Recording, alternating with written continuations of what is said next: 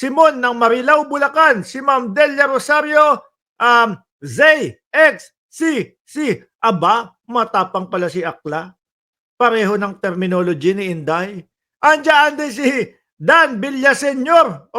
Si Annalisa Oso, si Ray, si Fatima Bello, Melinda Borsena, si Ma'am Brenda Barton na walang sawang sumusuporta sa atin, si Rodrigo Duterte, hindi, si Rodrigo Cañeza, matagal nang wala pang makukulong.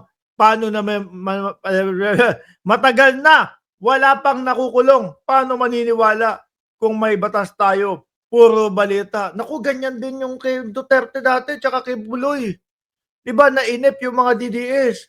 Ang ending, ayun, nasa loob na. Nandiyan si Junior Junel Domingo, Sally Macgro at Renato Chamson, Elmer Sacaria. Mamaya na ho yung iba. Shiro Kansaki.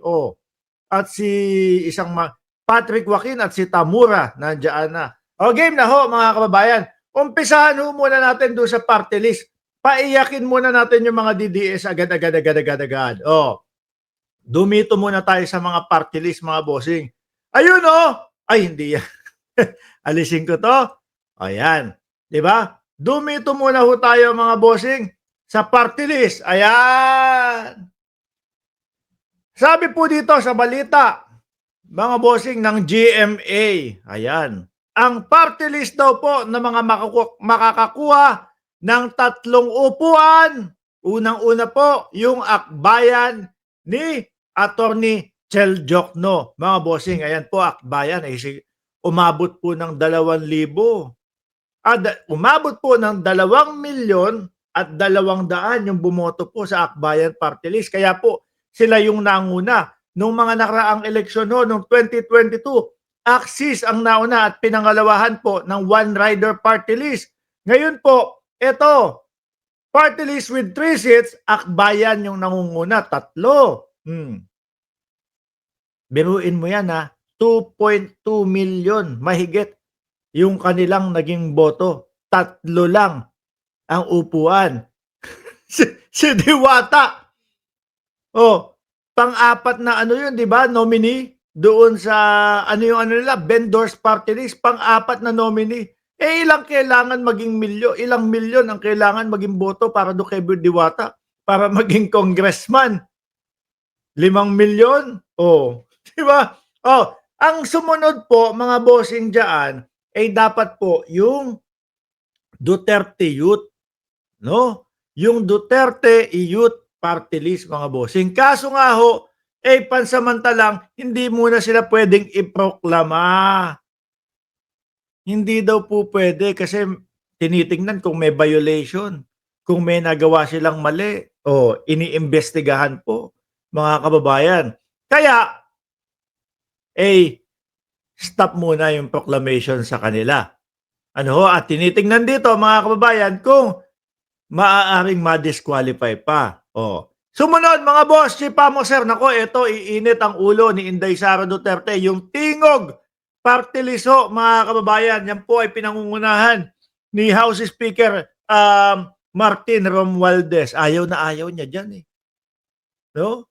Ayaw na ayaw. Sabi ni Shiro Kansaki, kawawa naman ang kolorum party list ni Cardema. Biruin mo, no?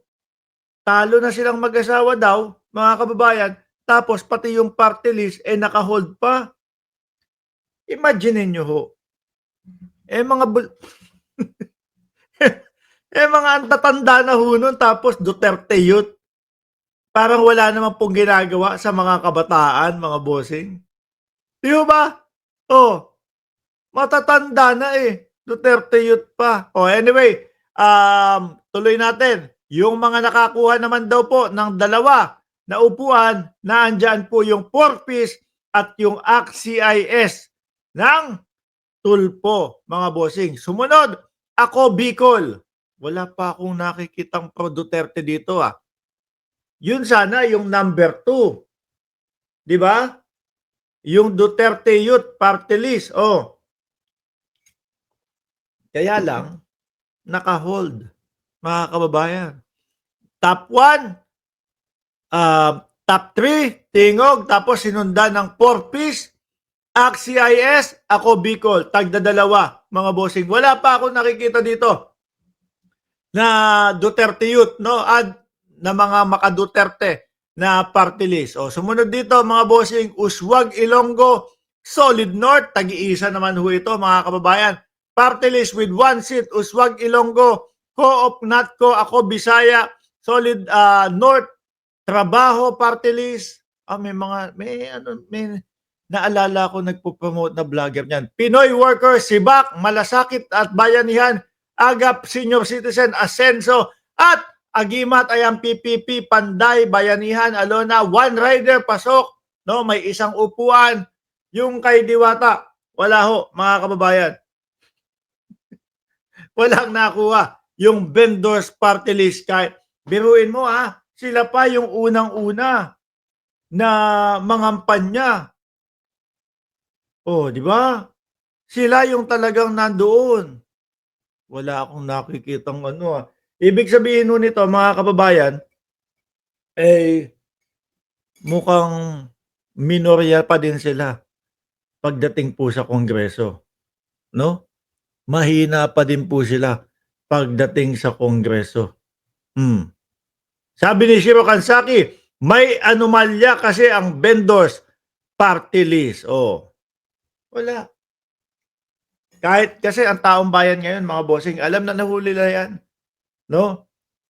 Pinag-aaralan na nila bawat kandidato. Kagaya niya, si Diwata, tingnan mo naman, hindi naman natin sa minamaliit si Diwata, mga bossing.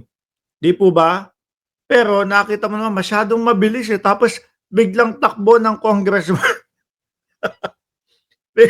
Biglang takbo ng congressman. Oh, ano namang gagawin ni Diwata? Isa pang may tanong ako may gusto ako subaybayan. Yung anak ni Pulong, nanalo yun sa pagka-congressman. Gusto kong makipagsabayan doon sa mga hearing, doon kaila, pangalan nito? Yan, ML party list ni Senadora Leila de Lima, kaila Chel Jokno. Gusto kong makipagsabayan yung mga yun, mga bossing. Oh.